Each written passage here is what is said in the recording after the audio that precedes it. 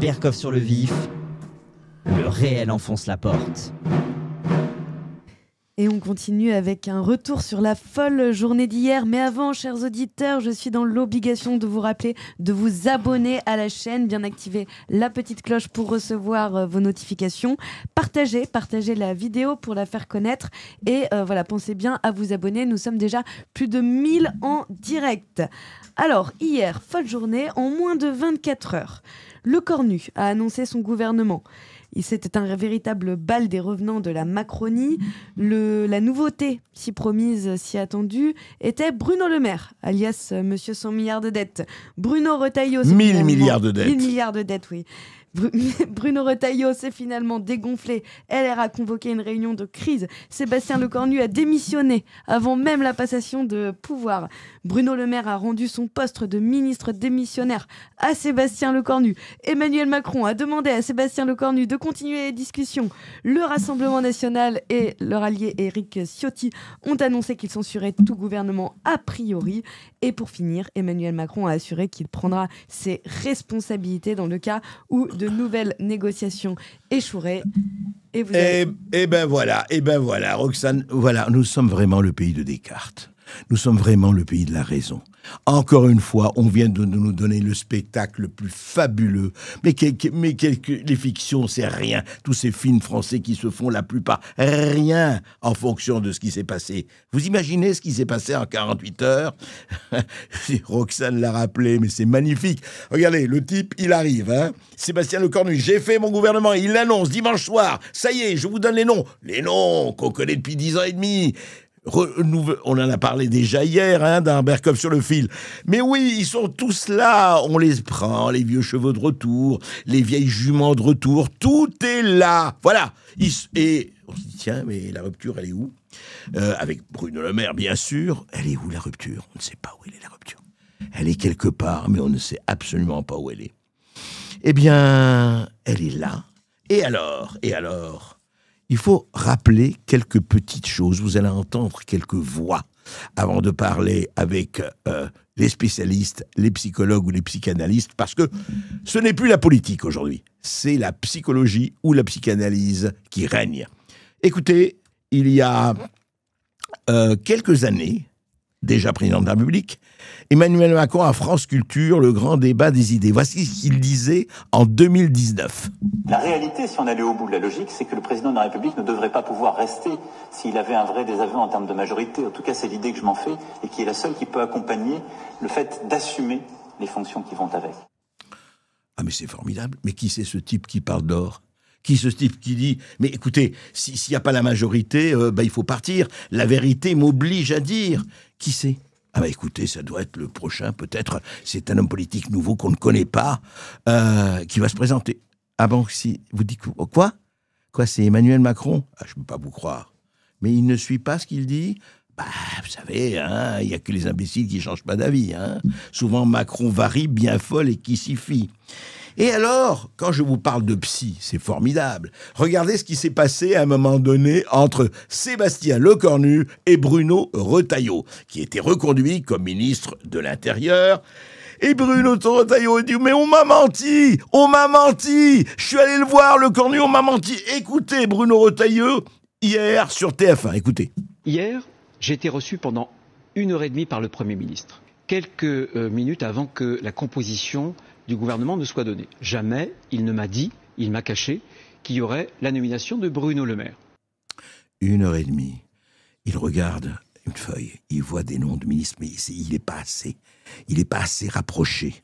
Et il dit alors il y aura qui Sébastien, il lui donne des noms, et puis il apprend par la presse ou en regardant sur l'écran de télévision qu'il y a Bruno Le Maire. Qu'est-ce qu'on se sent dans ce moment-là ?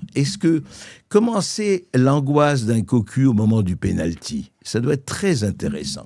Retailleau, vous imaginez faire ça, Sébastien Lecornu, vous faites ça à Bruno Retailleau, vous exagérez quand même, vous auriez pu lui dire, en passant, il y a Bruno Le Maire. Ah oui, mais il aurait peut-être réagi. Voilà, ça c'est encore une fois un petit épisode. Et alors là, ça devient très intéressant. c'est les macronistes, ce sont les macronistes, les compagnons de toujours, ceux qui étaient avec lui, ceux qui ne juraient que par lui, ceux qui disaient « Ah, Macron, c'est le soleil rouge de notre cœur, c'est l'horizon de la France, etc. » Et je vais vous donner le plus important, celui qui l'a toujours suivi, qu'il est là, mon hussard, le hussard, Gabriel Attal. Qu'est-ce qu'il dit sur TF1 ? Écoutez. Comme beaucoup de Français, je ne comprends plus les décisions du président de la République. Il y a eu la dissolution et il y a depuis des décisions qui donnent le sentiment d'une forme d'acharnement à vouloir garder la main. Ah là là, Gabriel Attal, vous ne comprenez plus alors.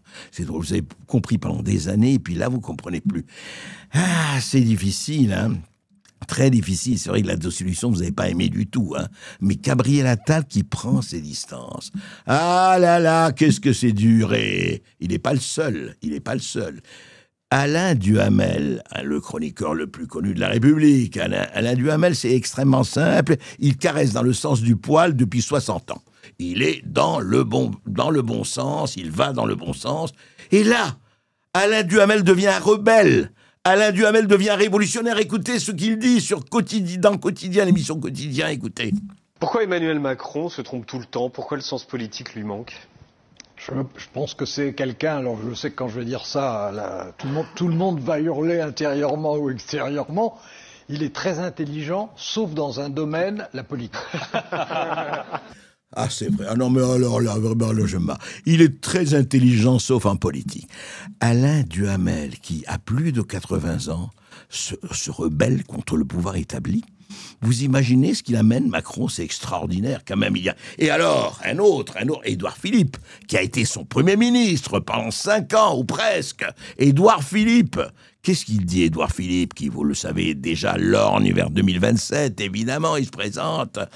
Et regardez ce qu'il dit, mais tout ça est en catimini, mezzo voce, mais écoutez. Mais je crois qu'il doit prendre une initiative. Et il me semble qu'il s'honorerait si par exemple, il proposait un nom de Premier ministre, il nommait un Premier ministre avec pour fonction d'exécuter les affaires courantes et de construire un budget, de faire adopter ce budget. Et qu'à l'issue, dès lors que ce budget est adopté, dès lors que la France est dotée d'un budget, et c'est indispensable, il annonce qu'il organise une élection présidentielle anticipée, c'est-à-dire qu'il part immédiatement après que le budget a été adopté. Mais il n'est pas fabuleux, Édouard Philippe. Allez, qu'il fasse le sale boulot, qu'il fasse le budget, qu'il délivre le budget, et après, évidemment, qu'il démissionne. Et c'est là où on va arriver, absolument vainqueur, immarcessible, infracassable, Édouard Philippe pour prendre la place.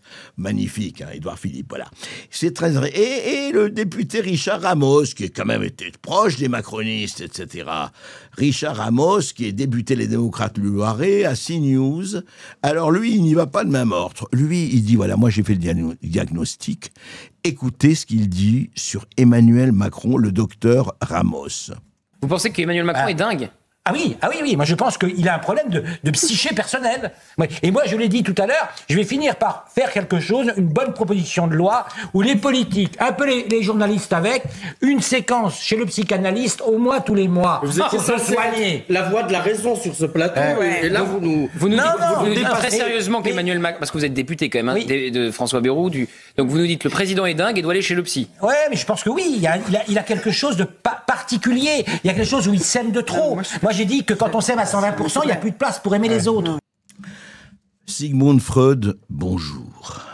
Jacques Lacan, bonjour. Voilà que Richard Ramos appelle carrément, allez, l'asile pour Emmanuel Macron. Alors, psy, quel psy? Bonjour Marion, c'est Michel. Bonjour André. Bonjour Marion, heureux toujours de vous recevoir. Je me rappelle de La gouvernance perverse, c'est pas si loin, chez Marco Pieter. Remarquable livre, vous êtes psychologue, vous êtes diplômé en sciences politiques. Alors dites-moi, le psy pour Macron ou pas? Je pense qu'on n'en est pas vraiment, enfin, on n'en est plus vraiment là. Ah, on n'en est plus vraiment là. Alors vous allez encore plus loin, vous. Je pense que beaucoup de Français ont compris que notre président avait une personnalité particulière, mais ça n'est pas des séances de psychanalyse qui transformeront ça. Je pense par ailleurs, et je l'ai déjà dit, y compris sur l'antenne de Toc 5, que la question n'est pas la personnalité du président.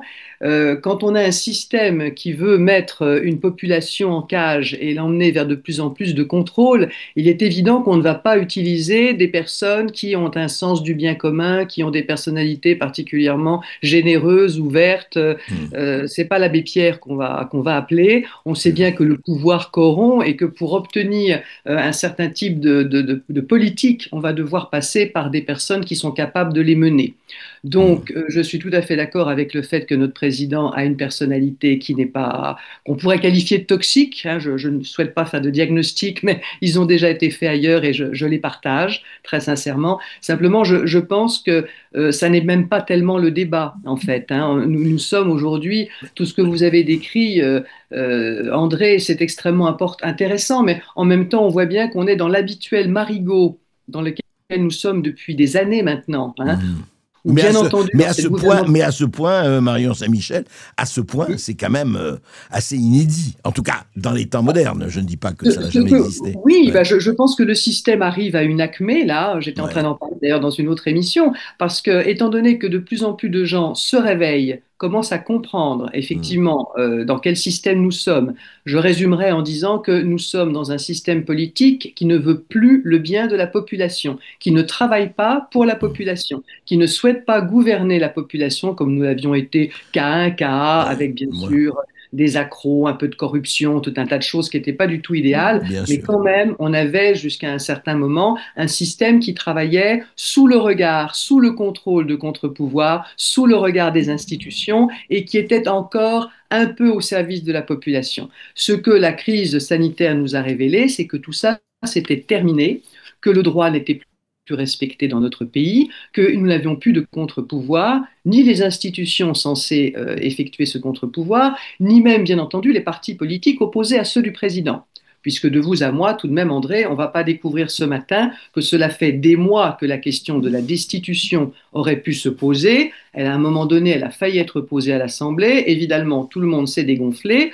J'en déduis avec beaucoup d'autres, hein, c'est pas moi qui le déduis, que nous n'avons plus d'opposition.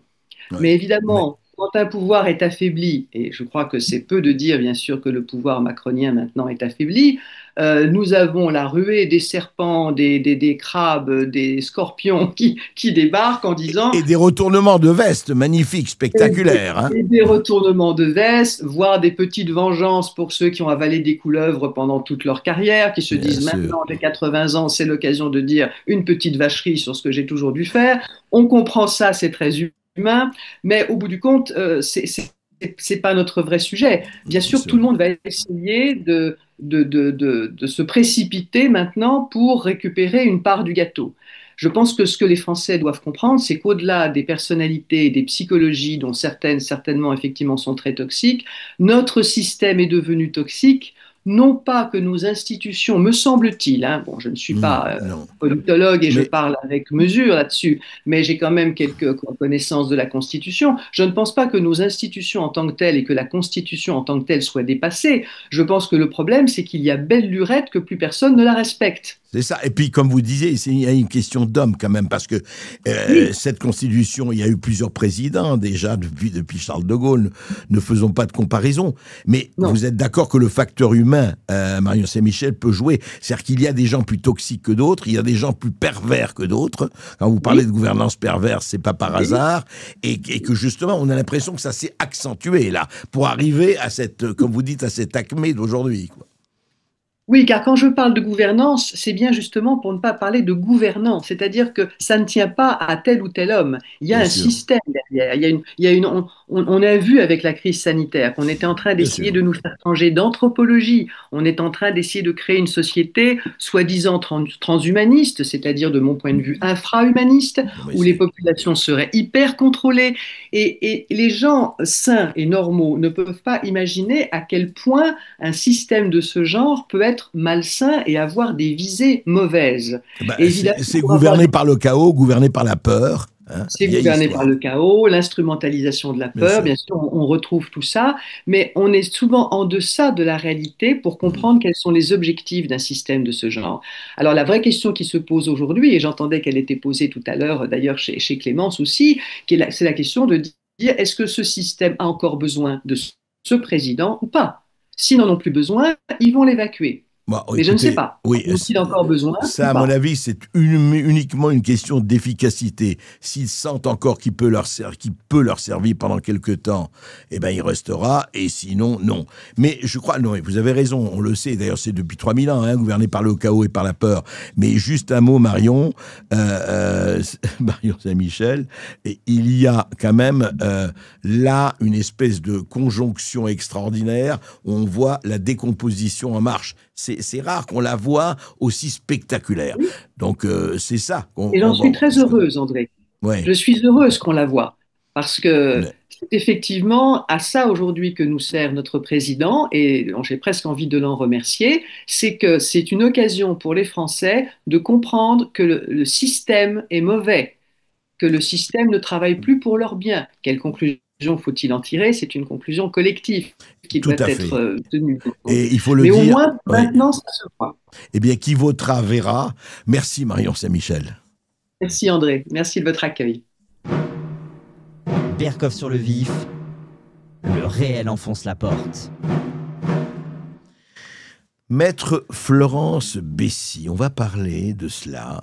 Maître Florence Bessy. Alors, vous allez me dire, mais qui est Maître Florence Bessy? Eh bien, Maître Florence Bessy, c'est l'avocate d'une soignante. Et vous savez ce qui s'est passé en 2020, 2021, etc. Roxane. Et oui, on a une bonne nouvelle pour cette revue de presse. C'est l'indemnisation donc d'une soignante qui avait été suspendue pendant le Covid. Le 8 septembre 2025, le Conseil des prud'hommes de Grenoble a donné raison à une soignante technicienne en hygiène et sécurité qui avait été suspendue 20 mois sans salaire pour refus de la vaccination. Elle sera donc remboursée. Eh ben, c'est formidable, parce que, vous savez, on a tous suivi cela et on se rappelle comment on a licencié. Quel licencié? Licencié, normalement, vous avez des indemnités. On a radié du quotidien des centaines, voire des milliers de pompiers, de soignants, d'infirmières, même de médecins, parce que soit ils avaient refusé de se faire vacciner, soit ils avaient s'étaient arrangés à ce que certains de leurs patients ne se fassent pas vacciner. Eh bien, qu'est-ce qu'on a fait?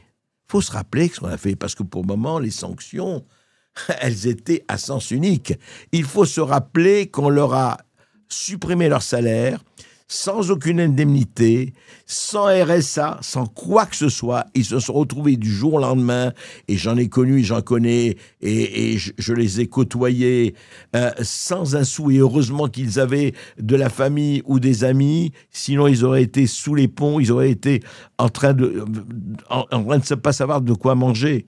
Et il y en a eu comme ça des centaines, voire des milliers. Et aujourd'hui, bon, c'est très, très, très bien. Et heureusement que ça revient. Et que si vous voulez, il y a eu des jours là un tribunal et on espère que ça fera un précédent judiciaire parce que c'est terrifiant, quoi. Je crois que nous avons la vidéo. Est-ce que vous pouvez nous donner cette vidéo de Maître Florence Bessy? Le Conseil des prud'hommes a retenu, dans tous ses arguments, 3 arguments: l'interdiction des sanctions pécuniaires, l'interdiction des discriminations et la violation du consentement libre et éclairé. Donc, avec ces 3 violations du droit, du Code du travail et du Code de la santé publique, la décision est annulée et donc paiement rétroactif des salaires. C'est quand même assez fabuleux, ça. Hein, c'est quand même assez fabuleux. Illégalité totale de ces mesures-là, elles ont été appliquées par les gouvernements, pas seulement en France, mais ailleurs. Et les responsables, on les sanctionne ou on les sanctionne pas? Est-ce qu'on dit quelque chose ou on ne dit rien?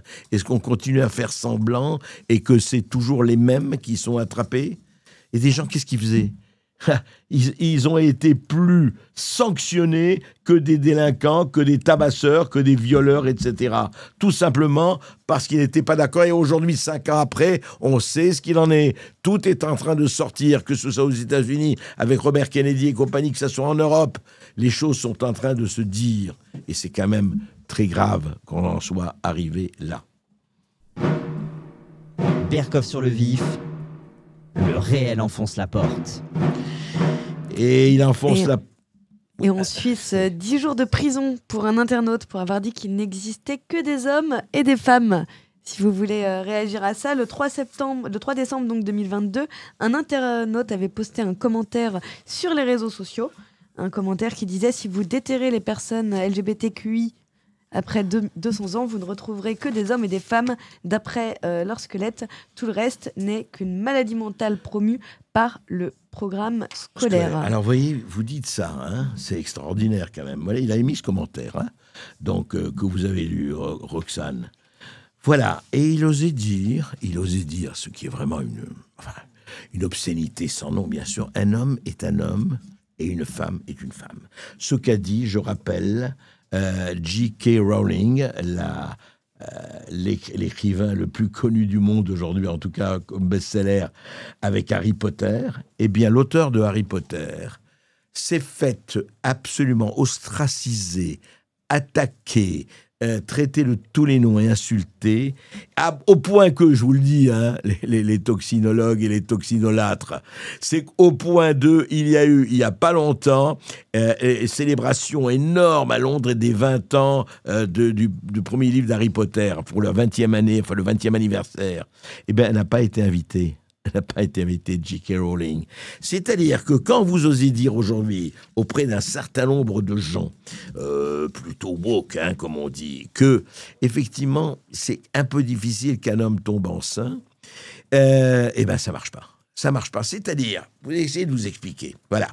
Chez ces gens-là, comme on dit, ces gens-là, hein, je veux dire, ceux qui considèrent qu'il y a que les mâles blancs hétérosexuels de plus de 50 ans sont tous des salauds de patriarcaux, violeurs et dégueulasses, eh bien, ces gens-là, si j'ai envie de leur dire, écoutez, je suis un fourmilier tamanoir, et si vous n'êtes pas d'accord que je sois un fourmilier tamanoir, eh bien, c'est que vous êtes raciste ou discriminateur. Voilà. Et ça, c'est terrible. Alors voilà, hein, ça va... Alors ça lui a coûté cher, hein, vous savez, cet internaute. Il a posé ça sur Internet. Il n'était pas en train de manifester ni rien. Eh bien, c'est très simple. Le 20 décembre 2023, il a été condamné à une amende de 500 €.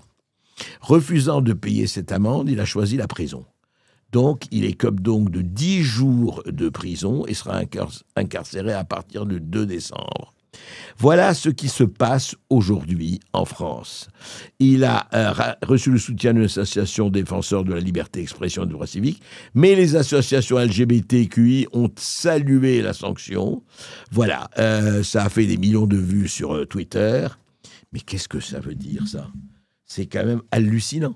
Je veux dire, vous avez vu à quel point, et vous avez vu où on est là, parce que vous dites que on n'est pas sûr. Ah non, c'est fini. Vous savez, d'ailleurs, il ne faut pas dire femme. Il faut dire un être humain avec un vagin.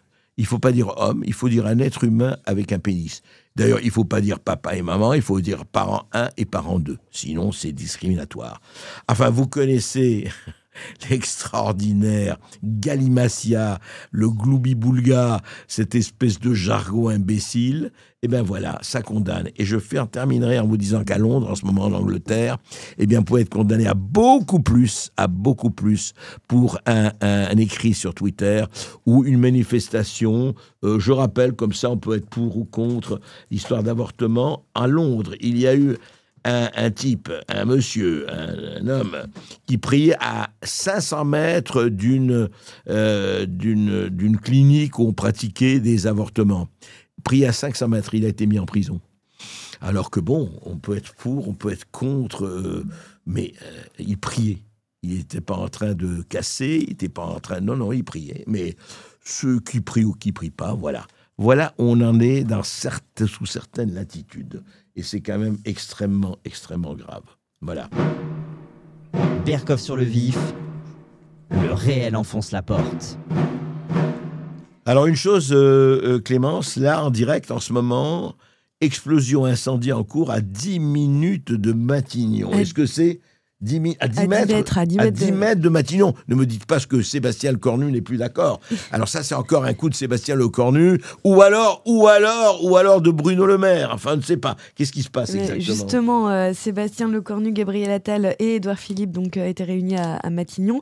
Et on a pu voir, ça a été rapporté notamment par une journaliste de France Info, Radio France, Audrey Tizon. On a pu voir, sur une vidéo... Ah oui, enfin... Un incendie en cours avec apparemment des détonations. Oui, on ne sait pas du tout si c'est... Enfin, écoutez, on va pas épiloguer là-dessus, mais on espère que ce qu'est un incendie et un accident et pas quelque chose de voulu, on le saura. Mais alors, il y avait Édouard Philippe, Gabriel Attal. Oui, voilà, il y avait Édouard Philippe, Gabriel Attal. Et Sébastien Lecornu. Voilà, c'est ça ? Exactement. Ah ben, vous voyez, 3 premiers ministres. Hein. Une allégorie. 3 premiers ministres, c'est pas mal. Oui, c'est très intéressant. Matignon, gnon. Hein. Et voilà, c'est intéressant, mais nous allons passer... Une simple allégorie du pouvoir. Absolument. Une allégorie dont on espère qu'elle restera limitée, pour tout le monde. Bien sûr. La Slovaquie affirme la primauté du droit national sur le droit européen également. Oui, alors la Slovaquie, là aussi c'est très intéressant, renversement.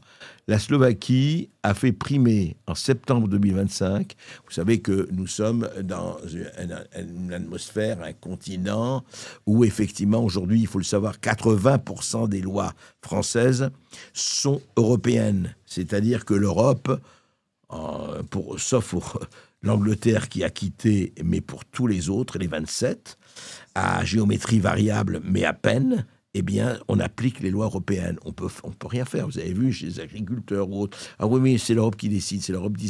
80% des lois et règlements français, dits français appliqués en France, sont d'origine européenne. Intéressant, hein, l'indépendance, c'est bien liberté, égalité, fraternité. Eh bien, qu'est-ce qui s'est passé ? Eh bien, la Slovaquie a dit on va faire primer notre droit national sur le droit européen dans les domaines liés à l'identité nationale. Voilà, et une réforme qui restreint l'adoption, qui reconnaît 2 sexes, oui, hommes et femmes, et oui, encore des gens qui reconnaissent 2 sexes, et qui exalte les valeurs slovaques, risquant des suspensions de fonds européens, comme la Hongrie depuis 2022. Voilà, donc il permet effectivement à l'Union européenne de suspendre les fonds, c'est le mécanisme de conditionnalité, suspendre les fonds en cas d'atteinte à l'état de droit. Il y a eu d'ailleurs en Hongrie, vous savez, avec Orban qui a une politique très indépendante, lui, par rapport à cela, 6,3 milliards d'euros de fonds suspendus pour la Hongrie depuis 2022 pour atteinte à l'état de droit. On le punit et peu de ne pas d'être dans la mondialisation chère à nos cœurs, au cœur d'un certain nombre de gens, dont Schwab, Soros et autres. Depuis en 2025, 18 milliards de fonds restent bloqués en Hongrie, pour la Hongrie, malgré des efforts jugés insuffisantes. C'est le seul État, la Hongrie, sous sanction active, comme par hasard. Alors Pologne, ça va un tout petit peu mieux, et tant mieux pour eux. Mais c'est pour vous dire à quel point nous sommes encore dans quelque chose qui ne va plus du tout.